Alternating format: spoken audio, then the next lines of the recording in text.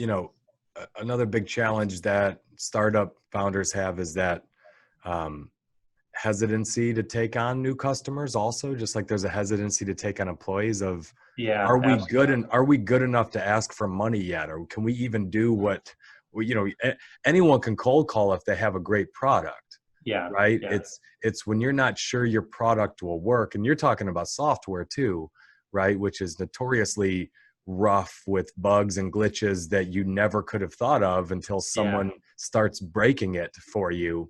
So how important were those first customers in helping you develop the solution, right? And how much did that solution change Yeah. from before you even had customers? Critical. I mean, that feedback is absolutely critical. It's probably the most invaluable feedback you'll ever get. And to this day, my favorite customer is one of our first. Is Barry Thompson, is a quarterback coach in Fairfax, Virginia.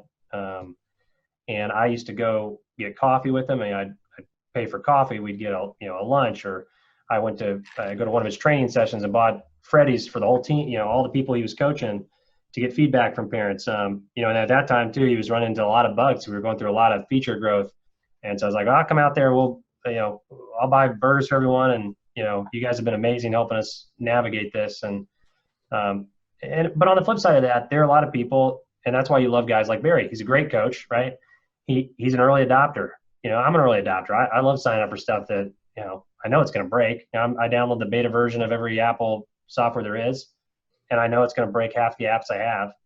But I think there's a part of that. If you find those people that love early adoption and they're willing to give feedback and be patient, you're going to get a lot of good info from them, and rightfully so. You're also helping build something to their needs, right? So hopefully, if you can develop fast enough, those people will benefit from being able to have their say in how software is built.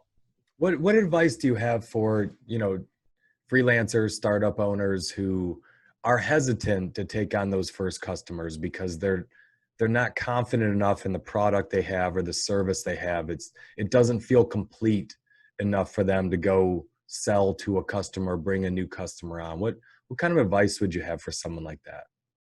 To not wait any longer, because the longer you wait, the longer you're waiting to improve your product. Because at the end of the day, you can think you've got the perfect product in your mind and you're going to get it to perfection, but as soon as it goes to the customer, it's not going to be perfect. Like it may end up being the opposite of what you originally thought. And Yeah. so I would say you absolutely, if and sort of flipping that back on us, I would have sold faster. I would have said, we're taking way too much time writing a business plan for this.